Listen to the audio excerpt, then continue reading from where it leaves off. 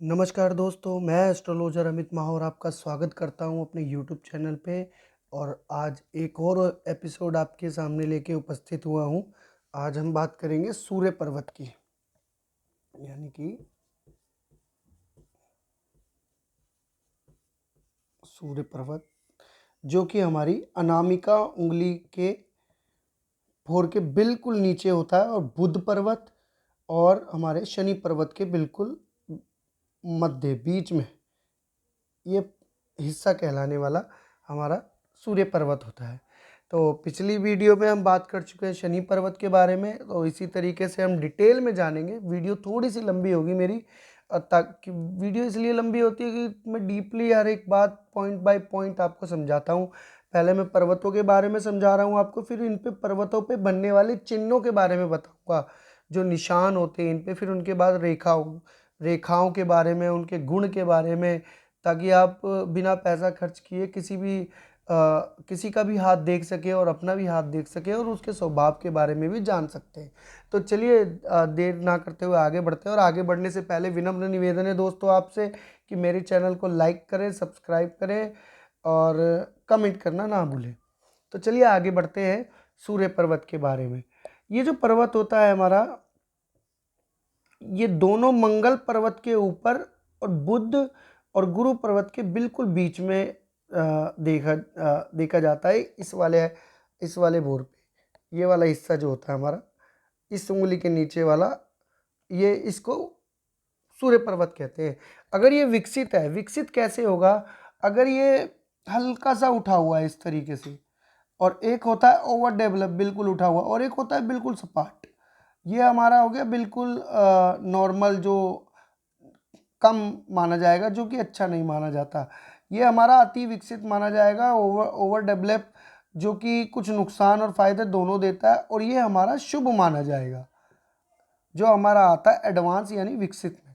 तो इसी पे बात करेंगे। जिस भी व्यक्ति का अगर विकसित सूर्य पर्वत होता है, तो वो बंदा एक मान सम्मान का खुद ही हकदार होता है। ऐसा व्यक्ति होता है जिसकी समाज में कीर्ति होती है, यश होता है।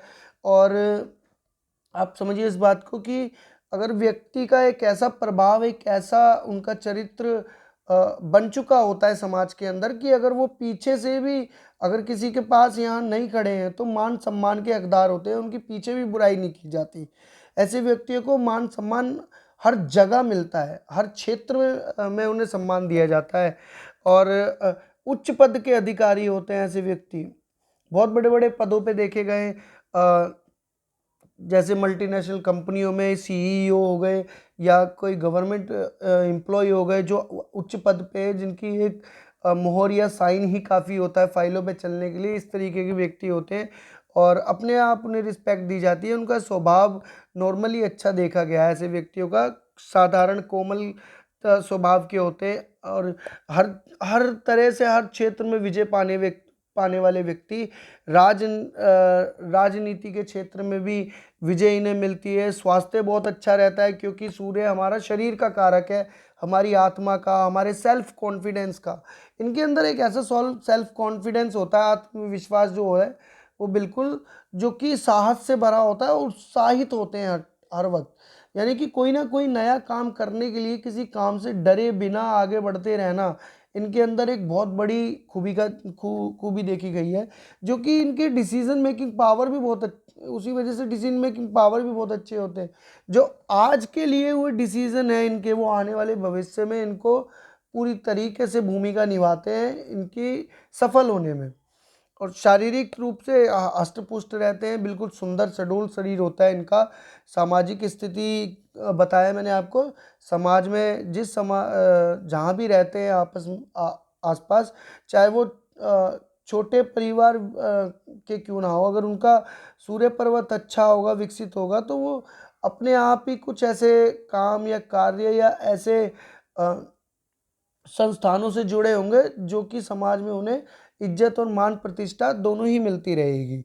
और अगर बात करें ना इसकी, तो इनकी इस उंगली की भी बात देखी जाए, तो ये वाली उंगली, अनामिका उंगली तर्जनी उंगली से अगर थोड़ी सी बड़ी हो, तो सूर्य का प्रभाव और बढ़ जाता है, यानी कि 4 गुना ज़्यादा और फल देगा। ऐसे व्यक्ति राजनेता होते हैं बहुत बड़े, देखा गया है, और शुभ फल देने वाला होता है। और अगर ये उंगली थोड़ी नीचे हो जाती है वो तो थोड़े से फलों में कमी आ जाती है। तो चलिए आगे बात करते हैं हम ओवर डेवलप, यानी कि अगर अधिक विकसित हो, ये वाला, कि अगर ये वाला सूर्य पर्वत एडवांस से भी अति विकसित हो तो क्या प्रभाव मनुष्य के जीवन में या व्यक्ति के जीवन में पड़ते हैं। वह व्यक्ति मान सम्मान का तो हकदार होता है, लेकिन उसका मान सम्मान किसी अच्छे कार्य की वजह से ना मिलके उसकी ताकत के बल पर उसे मिलता है, जो कि जबरदस्ती लिया हुआ मान सम्मान है। या तो लोग उन्हें उससे डर के या किसी दबाव में, या तो उनके कोई ऐसा ओहदा है कि किसी कुछ ऐसे ऑफिसर्स होते हैं, गवर्नमेंट ऑफिसर या प्राइवेट या कुछ भी संस्थानों से जुड़े हुए, जिनकी हम मान सम्मान सिर्फ उनके सामने कर सकते हैं, उनके पीछे सिर्फ उनकी बुराई की जाती है। ऐसे व्यक्तियों का ओवर डेवलप सूर्य पर्वत मान देखा गया है। मान सम्मान की जो हानि होती है वो उनकी बहुत एक छवि बन जाती है। पावरफुल व्यक्ति होते हैं और उनके अंदर एक घृणा की एक आदत होती है दूसरों से फ़ायदा उठा लेने की, अपने से छोटों को दबाना या किसी को आगे बढ़ने ना देना। ओवर कॉन्फिडेंस बहुत ज़्यादा होते हैं, हद से ज़्यादा, कि अगर किसी वाद विवाद या तर्क वितर्क में भी फंस जाएंगे तो अपने ही तर्क को सर्व प्रथम रखेंगे आगे, कि हमारा ही तर्क वितर्क सबसे ऊपर अच्छा है। और इसमें अपने डिसीजन मेकिंग पावर ज़बरदस्ती अपने परिवार पे थोपना या अपनी संस्थानों में थोपना या एक अड़ियल रवैया अपना लेना, ऐसे व्यक्तियों का जिनका सूर्य पर्वत ज़्यादा उठा हुआ होता है, अड़ियल स्वभाव के होते हैं। किसी चीज़ के लिए अड़ जाना या अडिग रहना, अपने वक्त के साथ अपने आप को बिल्कुल भी डेवलप ना करना, चेंज ना करना, एक ही स्थिति में रखना, जिससे कि उनकी जो प्रतिभा है वो छुपी की छुपी रहती है, दूसरा की जो मान सम्मान है वो कम होता रहता है। लेकिन अपने आप में ये ओवर कॉन्फिडेंस रहते हैं बिल्कुल, कि हाँ मुझे समाज में मान सम्मान मिल रहा है, मुझे ये हर जगह इनकी वाह वाह हो रही है। लेकिन जो ज़मीनी स्तर पे देखे जाए तो एक तरह से उनकी जो ब्रांड वैल्यू है या उनकी वैल्यू है, नाम की वैल्यू बिल्कुल कम होती दिखाई देती है। डिसीजन मेकिंग पावर इनके अंदर इतनी नहीं होती अच्छी, क्योंकि ये ज़्यादा आत्मविश्वास से भरे होते हैं, बिल्कुल ओवर कॉन्फिडेंस लेवल एक जनरेट करते हैं बिल्कुल, और सोचते हैं हमारे फैसले सारे सही हैं। ज़्यादातर इसी वजह से उनके फैसले गलत देखे गए। और जो इनके रिलेशन है, इनके रिलेशन भी इसी वजह से ख़राब होते हैं, जो कि थोड़ा सा मानसिक और एक मानसिक संतुलन और मन का दिमागी संतुलन को, दोनों को बैलेंस नहीं कर पाते। अब ये बात करते हैं कि इनकी भूमि, इनके बाद की धन दौलत और भूमि भूमि भवन की कोई कमी नहीं होती, लेकिन इनको ज़्यादातर देखा गया या तो पिता या दादा की संपत्ति मिली होती है। अपने दम पे अर्जित करना इनके लिए काफ़ी मुश्किल हो जाता है, क्योंकि इनका जो रवैया होता है वो काफ़ी ख़राब होता है। दूसरों के लिए अच्छा ना सोचना, सिर्फ अपने हित के बारे में सोचना, दूसरों का बुरा करके अपना फ़ायदा उठा लेना। ऐसे कई व्यक्ति होते हैं जो दूसरों के ज़रिए अपना काम निकलवा लेते हैं। तो ये जो जिनका भी ओवर डेवलप अगर पर्वत है, सूर्य पर्वत, तो वो चेक करे और देखे। ये अगर दिक्कत है तो सूर्य नारायण की पूजा कर सकते हैं आप, भगवान सूर्य नारायण की पूजा करें, जल चढ़ाएं उन्हें, और अपने मन को थोड़ा सा शांत करें, मेडिटेशन करें। एंड क्या करना है आपको कि गुस्से पे कंट्रोल करना है। आपका जो गुस्से वाला जो भाव है वो ज़्यादा खराब होता है इनका, जिनका ओवर डेवलप होता है। तो चलिए दोस्तों आगे बात करते हैं जिनका बहुत कम होता है, यानी कि बिल्कुल सपाट ऐसा सूर्य पर्वत होता है। उनका क्या होता है ये समझ लीजिए, उनके लिए तो ये सब बिल्कुल पलट है, उल्टा ही हो गया। अगर मान सम्मान समाज में बिल्कुल नहीं होगा उनका, ये उंगली भी छोटी होगी, तर्जनी, ये अनामिका उंगली छोटी उंगली के बराबर वाली, और ये पर्वत जो है अगर जो सूर्य पर्वत है, अगर सूर्य पर्वत देखिए इस तरफ है और गुरु पर्वत की तरफ झुका हुआ होगा, शनि पर्वत की तरफ झुका हुआ होगा, ये कंडीशन जो है ये तीनों ऑप्शन में लागू होगी। तो क्या होगा कि थोड़े से झगड़े और थोड़ा सा चिड़चिड़ापन उन व्यक्तियों के अंदर होगा, क्योंकि शनि का मेल हो गया, शनि और सूर्य, इन दोनों के बीच में सूर्य इस तरफ झुक रहा है, तो उनको थोड़ी सी दिक्कत आएगी अपने रिलेशन को लेके, पति पत्नी के रिश्तों में या सामाजिक रिश्तों में, या थोड़ी अंडरस्टैंडिंग को लेकर।